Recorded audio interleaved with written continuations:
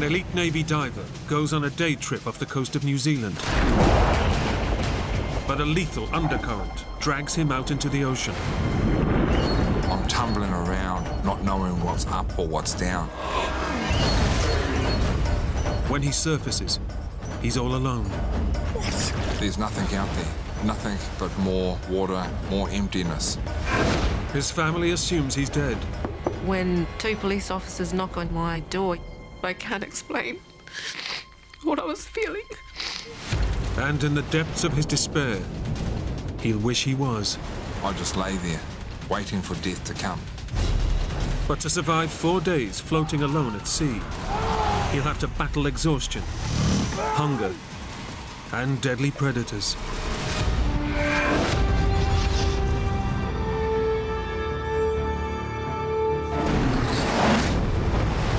Come on, I'm down here! No, come back! Come back!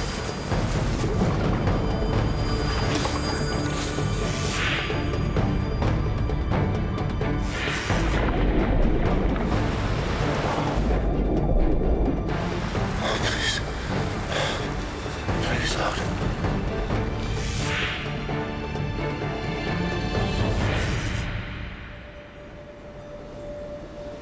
It's February, late summer on New Zealand's North Island.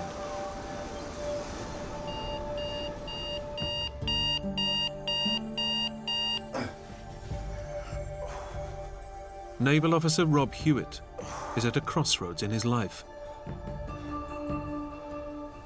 After 20 years in the Navy, Rob is about to become a civilian and is in search of a new career.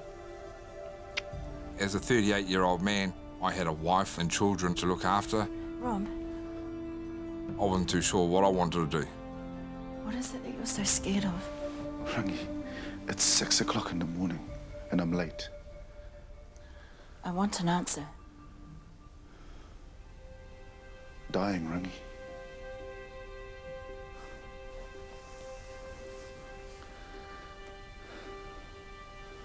Losing you.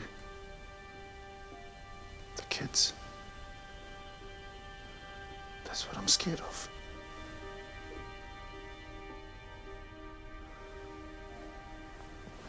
I gotta go. Rob. The mood wasn't very good that morning when he left. Life changed for me in a way that I wasn't quite ready for.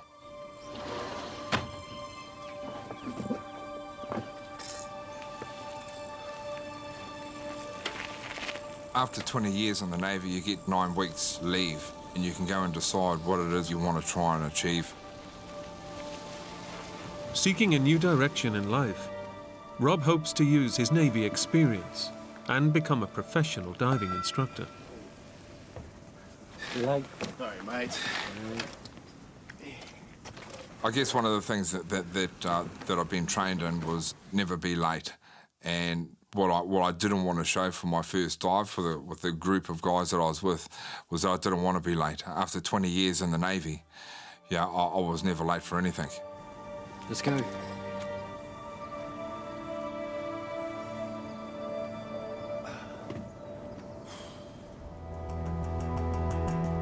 And for the first time, he's joined a civilian dive team for a crayfish hunt around the coastal island of Mana. As the boat heads to its first anchor point, Rob eats a light breakfast and looks forward to what he thinks will be the simplest dive of his life. I had dived more places in the world than what I had in my own backyard. Here I was diving over in Singapore, Afghanistan, Australia. As I'm on the boat heading out towards our first dive spot, I'm thinking it's a beautiful day. The water is clean and clear. This is too easy. The mood on the boat was one of excitement. There was some jovial laughing and jokes going on. Then the challenges start popping up. You know, how long can you stay under the water for? How big a crayfish can you get? Thought I'd better get in the water and show them how it's done.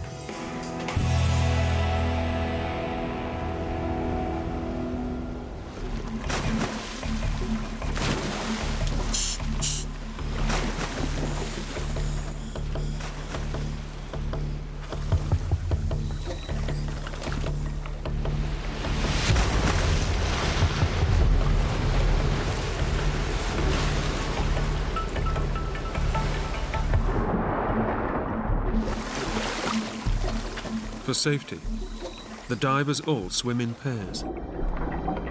As Rob heads under the water with his diving buddy, he feels the familiar thrill of excitement. I remember when growing up as a child, I used to watch that program Aquaman, Man from Atlantis, and used to dream that was me.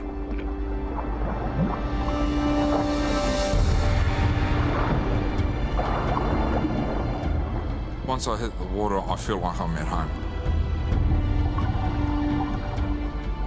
Once I hit the seabed bottom, I proceed to get myself in the hunter-gathering mode. Sometimes when I'm under the water, I'd look under a rock or behind a rock, and I'd think to myself, has anyone else seen this? Has anything else passed over this bit of rock? Am I the first person in the history of this rock to actually touch it or to look at it? And that gives me a sense of strength. It also gives me a sense of achievement. I love a quietness.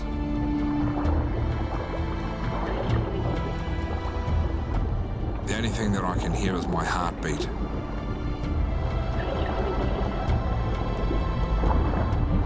Rob has spent years underwater, successfully locating bodies, mines, and enemy frogmen. But finding crayfish proves surprisingly difficult.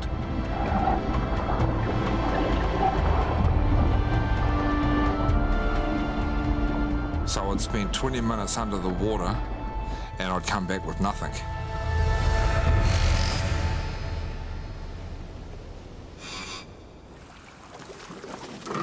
Last dive of the day, mate. See if you can catch a crab this time. Yeah. And then this guy showed me his crayfish and he just shoved it in my face and said, look at this. And I'm just like any other bloke. It's a bit of a challenge. And I'm thinking, right, you know, the next dive I was going to find the biggest crayfish that I can. But this time, as Rob and his dive buddy descend, there's a problem. Unable to clear the air from his ears, it's too painful for Rob's body to dive.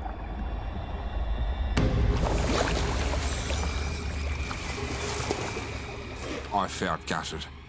There were 8 other divers under the water somewhere. Given his 20 years' experience as a Navy diver, Rob decides there's only one option: to dive alone. This is it. I'm going to come back with a sack full of crayfish and just show these guys that I'm the king diver. Rob's injured pride has clouded his professional judgment. Scuba diving is one of the most dangerous pursuits in the world. If he gets into trouble this far underwater, without a buddy, then there'll be no one to raise the alarm. As I'm swimming through the kelp and I push it aside, I see some sea urchins or kinna, and my wife and I love this stuff.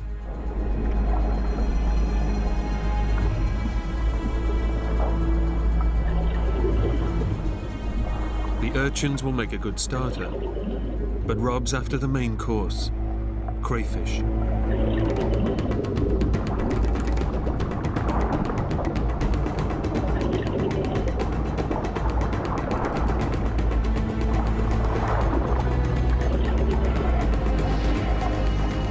My instincts was to shoot off.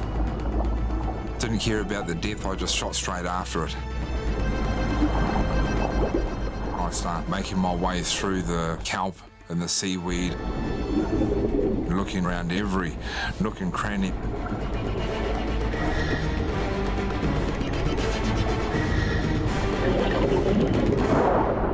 I quickly grabbed it and put it in my bag. Rob's pride is restored, but in his haste to catch the crayfish, he hasn't noticed a critical change in the water around him. I felt something different. A lot of cold water just ran over me. I turned and looked at the water and it was swirling all over the place.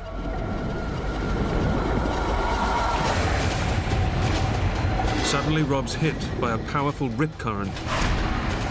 a narrow channel of fast-moving water that instantly drags him away from the dive site. I'm tumbling around, not knowing what's up or what's down.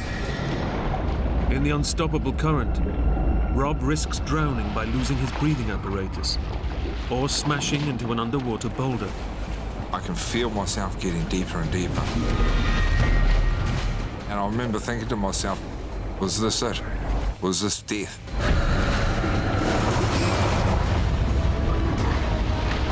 As I'm tumbling around, getting disorientated, it could have been a matter of seconds, or it could have been 2 or 3 minutes. Time had no value. The current is sucking Rob deeper and deeper. If he hits a rock, he'll be knocked unconscious and drown.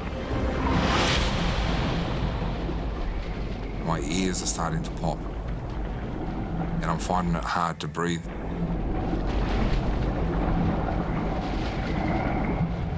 I grab the rock and I just push up. I kick as hard as I can, as fast as I can to get out of the rip. And the light was coming towards me.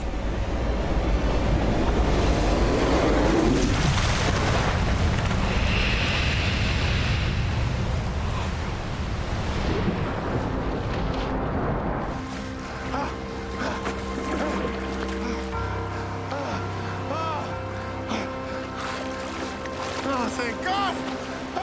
I was saved. My train of thought was that I'd only be around about 45, 50 metres on the stern of the boat. But then I turned around and I couldn't see where the boat was. I did a 360-degree turn, and then I couldn't believe how far I was away from the dive boat. In a matter of minutes, the current has pushed Rob nearly a kilometre from the boat. A proud Maori man with years of training behind him, he decides to swim back to the boat.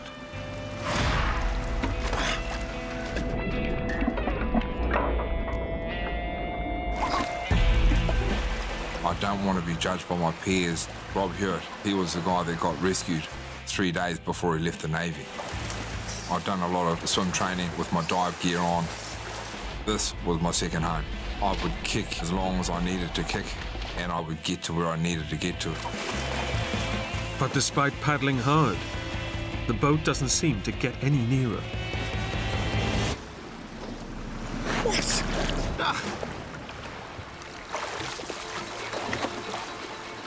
As I'm on the surface swimming towards the boat, every now and again I try and identify where the boat is.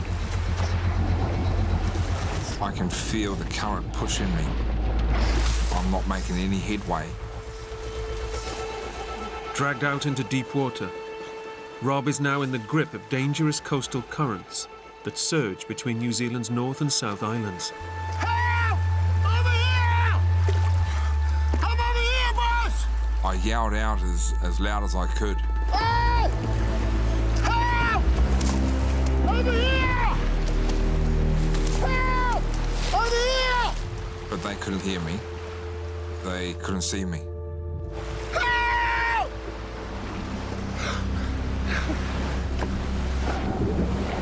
Rob's diving gear keeps him afloat, but it's impossible to swim to shore. The current continues to push him further out to sea.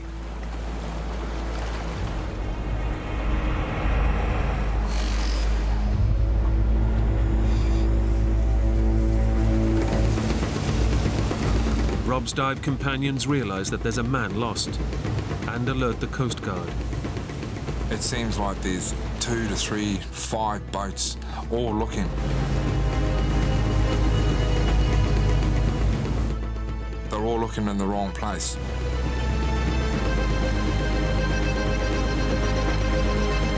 Less than half a metre above the surface, Rob's outline is easily hidden by the swell, and the rescuers have no idea he's being washed away by a current.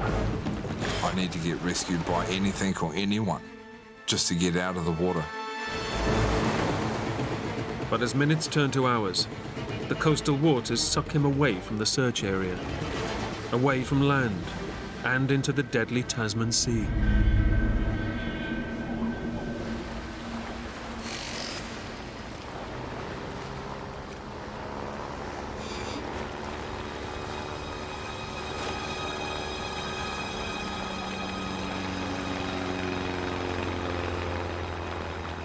I see this plane coming towards me. Oh, yes, yes. My heart picks up. Down here! I think to myself that I can see the plane can see me. I'm going to be rescued. Down here!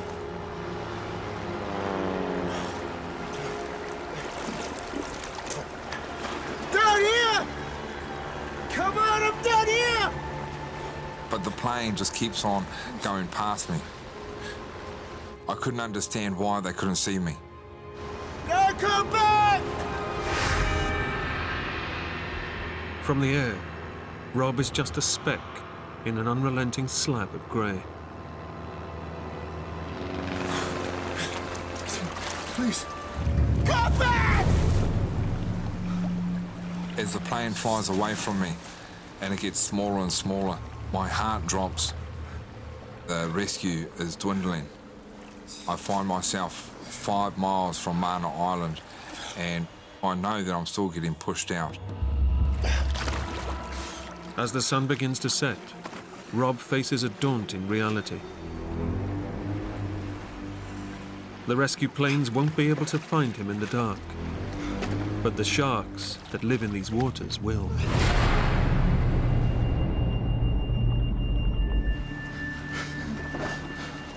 I look at the sunset. It's the most beautiful sunset that I've seen. It could be the last. I thought that I'd be rescued by now, but I still find myself out here. As the last light of day fades, Rob prepares himself for his first night in the ocean alone. He knows he will have to draw on all his diving experience if he is to make it till morning. This will be the sternest test he's ever faced. I don't know if I'm man enough to push through the night and survive. I don't know how to do that.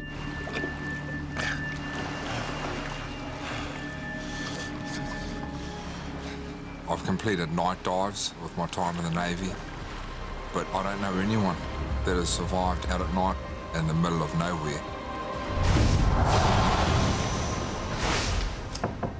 Meanwhile, Rob's wife, Rangi, finds out he's missing.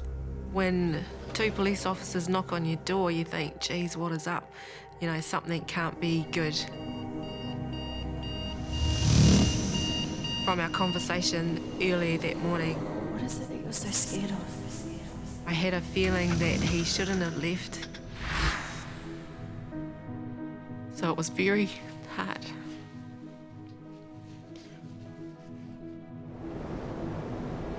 Alone in the sea, Rob faces the greatest challenge of his life. Make it through the night alive and pray for rescue in the morning.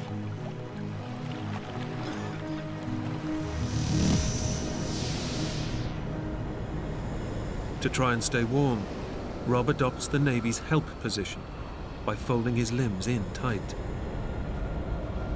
But floating motionless, his body heat quickly drains away. Every little move I make, I can feel the cold water getting into places through an opening of my wetsuit, underneath the feet or in between the gloves, and coming down my neck. Alone in the ocean, he's well aware of the threat from sharks, which hone in on weak and vulnerable prey. I just stayed there motionless. You could hear a pin drop. Every little wave, every little crack behind me. I was trying to slow my heartbeat down because I didn't want it to make noise or vibration in the water because it might alert the shark. Please, Lord.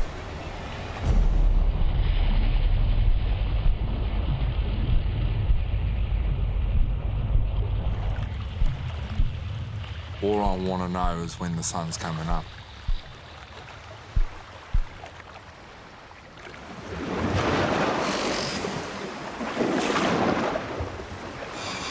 Thank God. Thank you. Miraculously, after 18 hours alone, Rob is still alive, and his hopes of rescue soar. When I saw the sun, I thought to myself, right, this is it. You're going to get out of this one. Please, help me. But as the sun got to about 10 o'clock, I'd seen no rescue effort.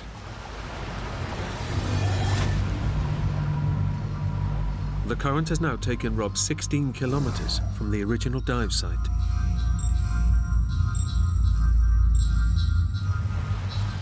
I felt abandoned. It's been 20 hours since Rob was first swept out to sea. Alone and terrified, he's desperate to talk to someone or something.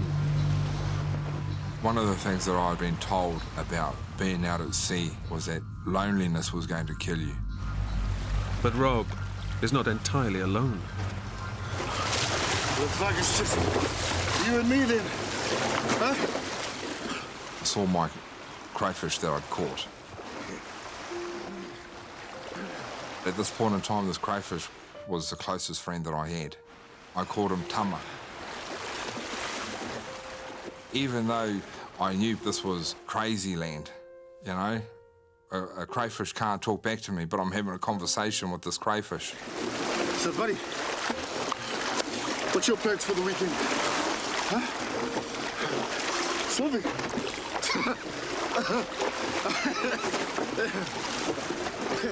Swimming.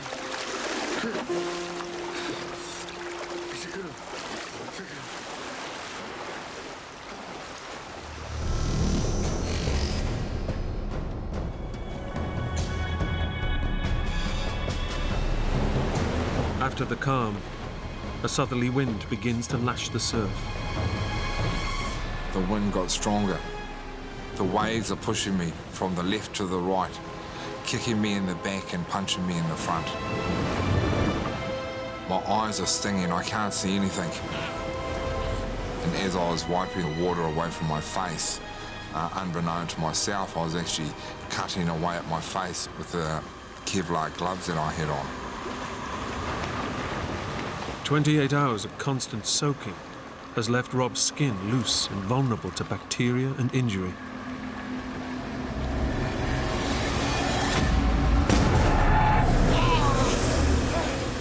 I looked at my hand and it was translucent. The fingernails had started to come off.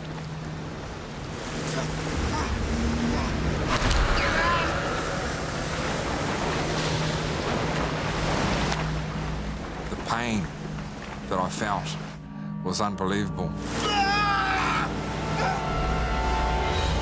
The sea is slowly killing him, and there's nothing he can do.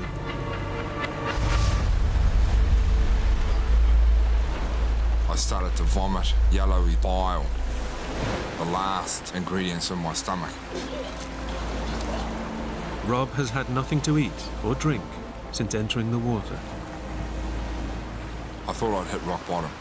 I needed to try and figure out how to stop vomiting and to put something in my stomach. Rob's catch bag contains the seafood he caught yesterday, which could keep him alive. I grabbed my knife and cracked open my first sea urchin. I feel my body just grabbing all of the sustenance and energy out of it. Cracked the second one open.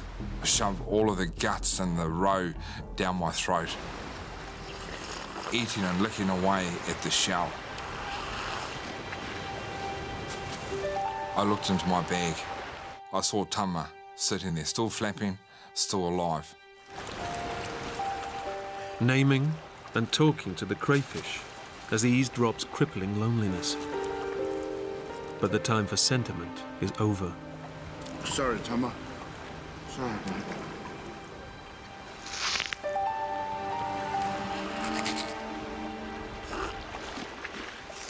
Tasted as if it was the first meal I'd ever had.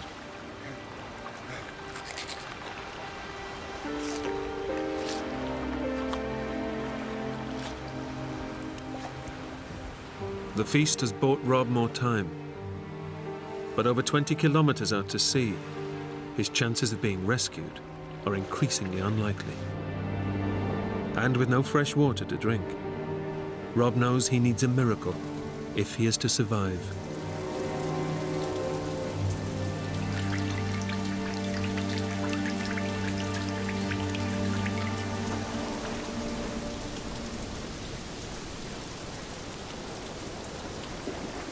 And just before the sun went down, it started to rain.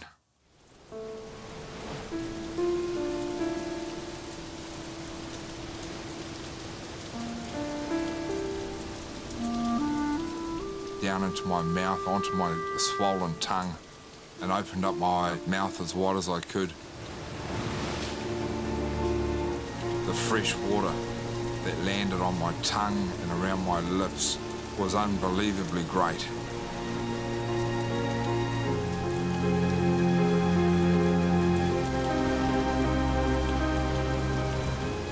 I tried to grab and suck as much fresh water as I could.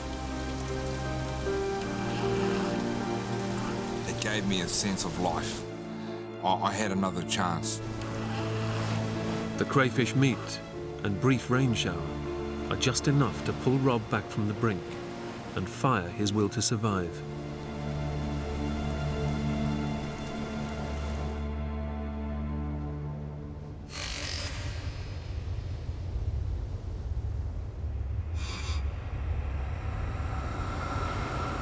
Back on land, Rob's wife Rangi feels drawn to the ocean that has swallowed him up. I walked out into the sea to be closer to Rob, basically, and I just wanted to put myself out there with him somehow, because I knew he was there somewhere, alive.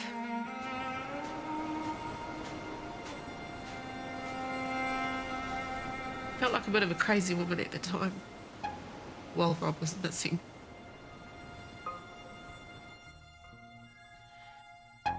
But the water was really warm and it felt really nice and calm. But I can't explain what I was feeling.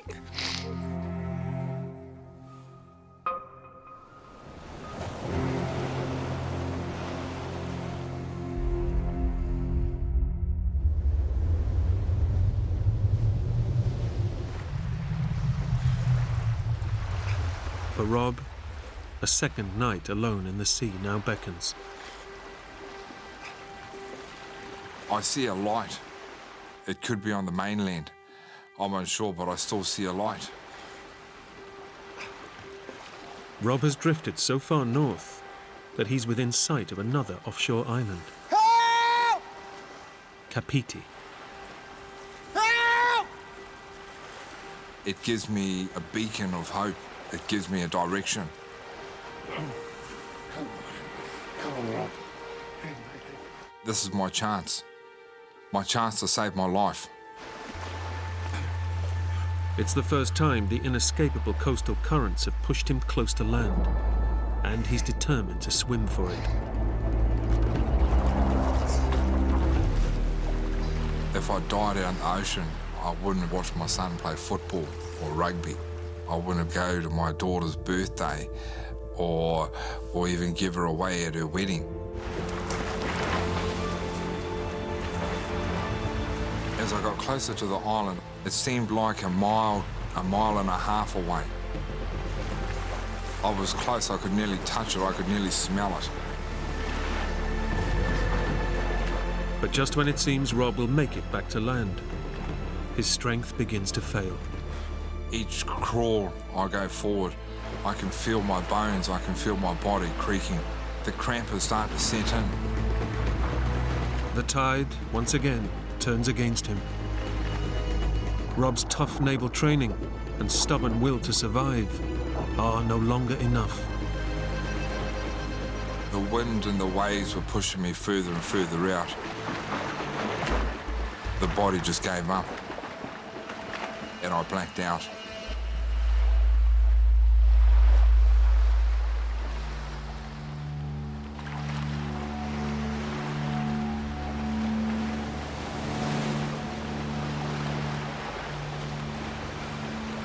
I woke up further away.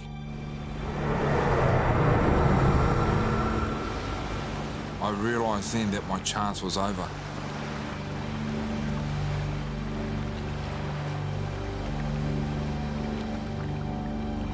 It's the final straw. 40 hours after the nightmare began, the current is now dragging him back out to sea. There's nothing out there, nothing but more water, more emptiness. This is it. I'm spent, I'm gone. I'd tried everything. I'd swum as far as I could, ate what I could, drunk what I could. Now, I just lay there, waiting for death to come.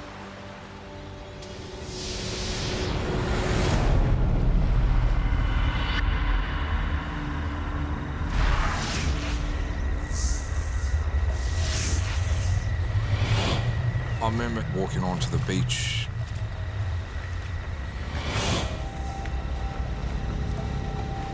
Going into a local shop. I grabbed a cold can and I could feel the cold blast just come out.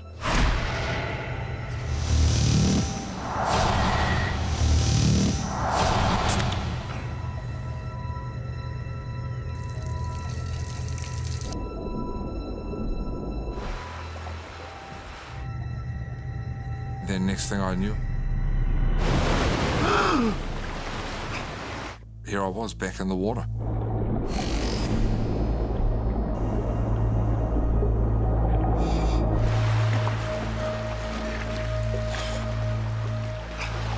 Rob now faces a second night at sea. Throughout the night, I was thinking how I'd live my life. What ifs? What if I hadn't gone for an extra crayfish? What if I hadn't dived on my own? I was also thinking about my children and about my wife, about how I could ask for their forgiveness.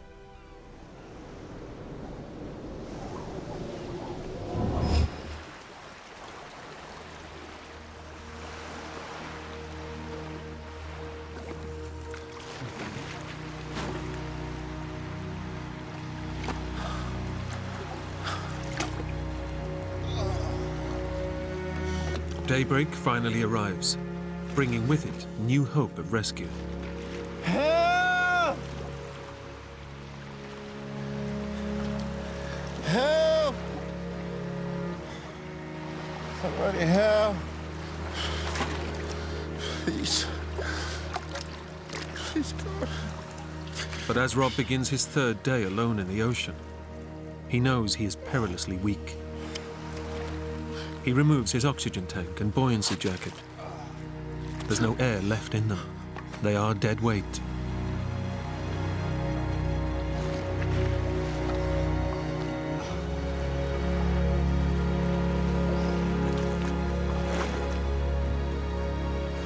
His thick wetsuit still keeps him afloat, and with clear skies above, he feels a glimmer of hope returning. The weather on the third day was beautiful. It gave me hope that I'd be rescued.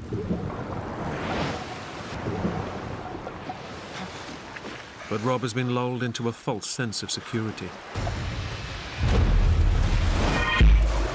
I see a shape, something quick just coming past.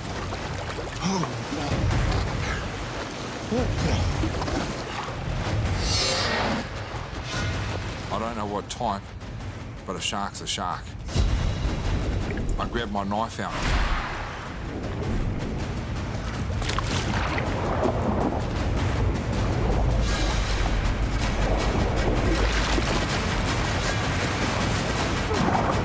As I'm thrashing around in the water, I feel helpless. Is it going to end like this?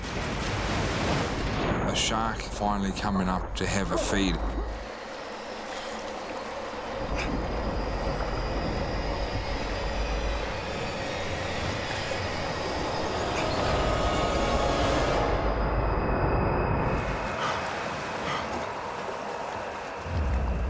I just stayed there motionless. 2 minutes was 5 minutes. The next minute was an hour. I was still there. As the day goes on, it isn't sharks that threaten his life. The bright sunshine that Rob thought would bring out more rescue teams is slowly cooking him alive.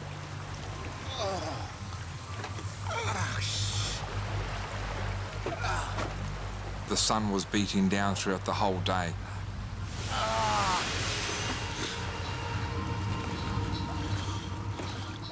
I feel toasted. My face felt swollen. My tongue was swelling. I can feel that the skin is blistering.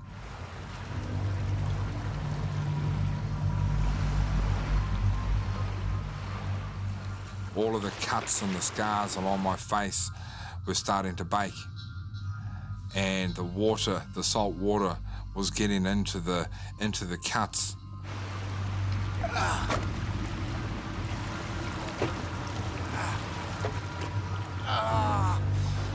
Here I was, thanking God for a beautiful day.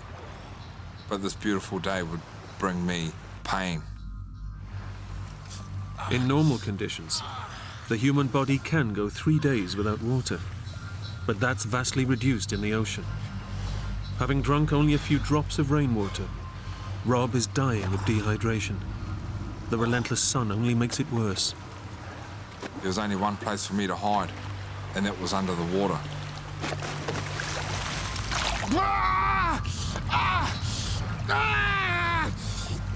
But every roll below the surface washes salt water into open sores.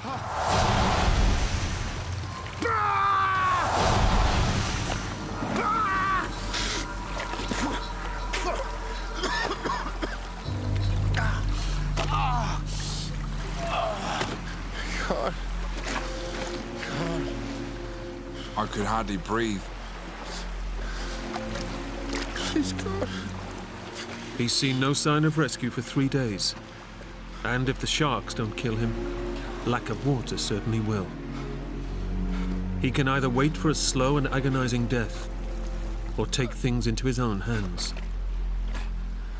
I feel like I just had a gutful of the torture. I just felt like it was my time just to say goodbye to everyone and everything. Dear God. Look after my family.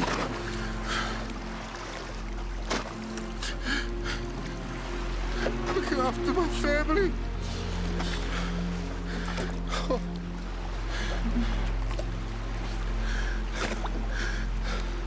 Rangi.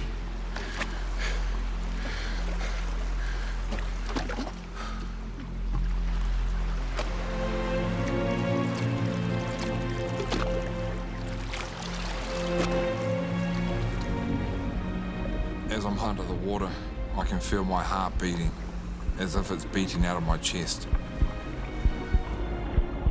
I can just feel the thump, thump, thump in my head. Oxygen is wanting to get there, but I'm not allowing it to.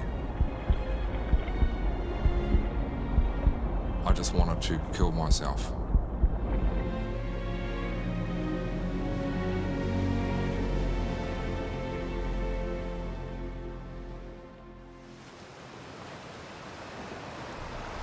After 3 days of drifting miles out to sea with no sign of rescue, he decides to drown himself and bring his suffering to an end. But the sea isn't ready to let Rob go.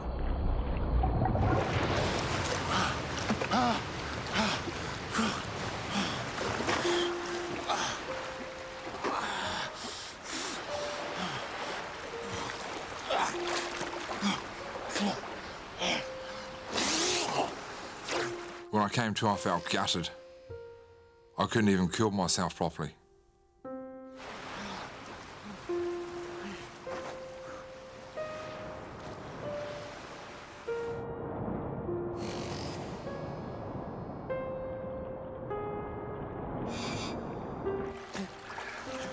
Rob now knows he's facing certain death alone, and takes what comfort he can from thoughts of his loved ones. I tried to call out names of people that I loved, just to give me some sort of connection. Casey. I love you, son.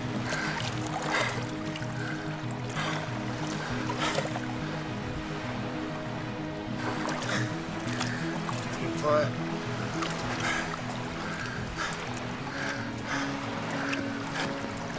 Rangi.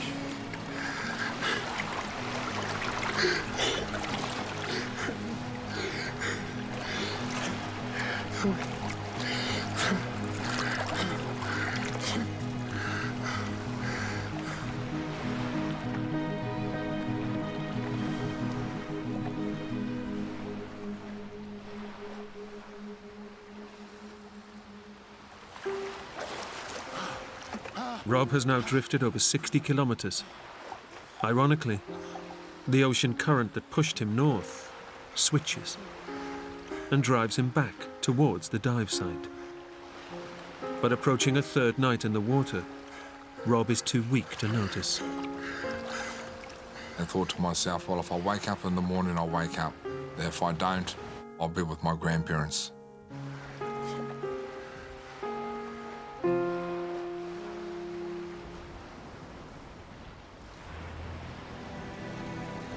On the mainland, rescuers think Rob must be dead.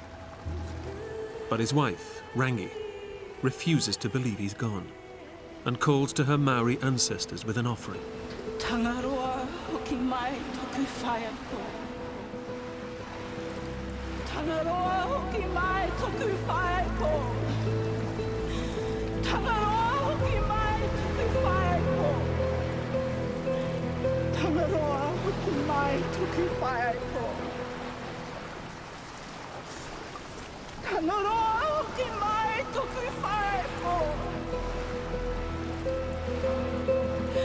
Tangaroa hoki mai toku whaia ko. Tangaroa hoki mai toku whaia ko.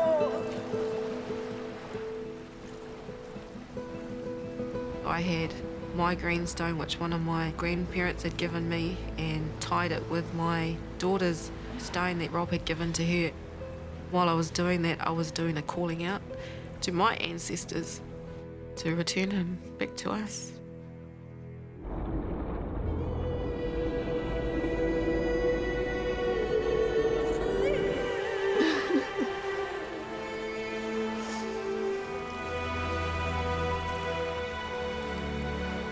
I've given you this tonga of ours. Now give my tonga back to me.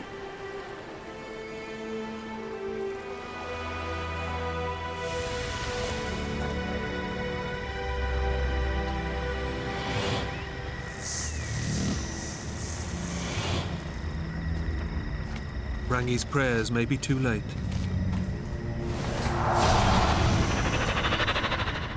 After 4 days, with barely any fresh water, Rob's behaviour becomes wildly irrational. I felt claustrophobic in my wetsuit. I had started to strip it off, and I chucked my dive hood as if I'm in the garage, just tossing it on the table. The insulating layers of rubber are the only thing preventing him from dying of hypothermia. But he no longer cares. I then take off my dive fins. And the dive fins are the last thing that any diver would take off, because they're the things that are going to keep you up when you're kicking.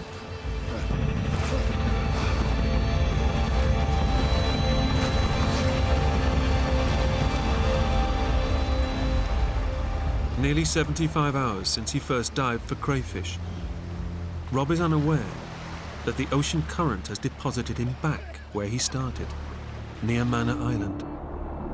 And he's ditched all the gear that has kept him afloat and alive.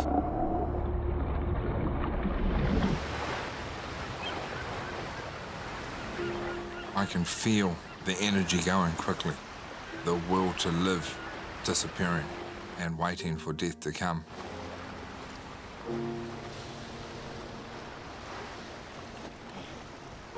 All I can see is a white fluffy cloud just sitting there.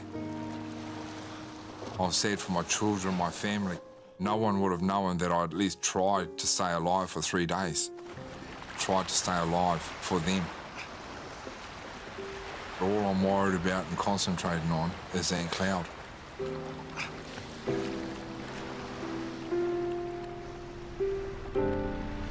I hear this sound. And I see this thing in my peripheral vision. Is it the sound of death?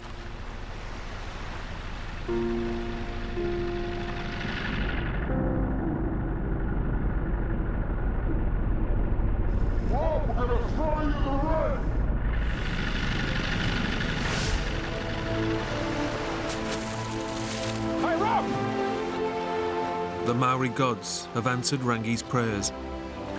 He's got it. 75 hours after he was last seen, rescuers spot a dive hood floating near the original dive site. And close by, they finally find Rob Hewitt. I thought that this was all hallucination. And I remember seeing a friend of mine Good job, mate. and just said, just keep your eyes on me. I just want to look at you.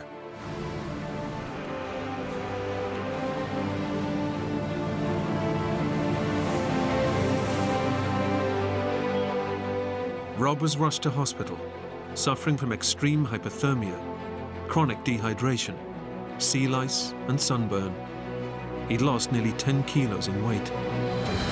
14 months later, my wife and I had a daughter called Ohomairangi, which means the awakening. Rob finally retired from the Navy. He now works as a diving instructor in the very waters that so nearly took his life. I'm happy and I'm alive, and that's what really counts.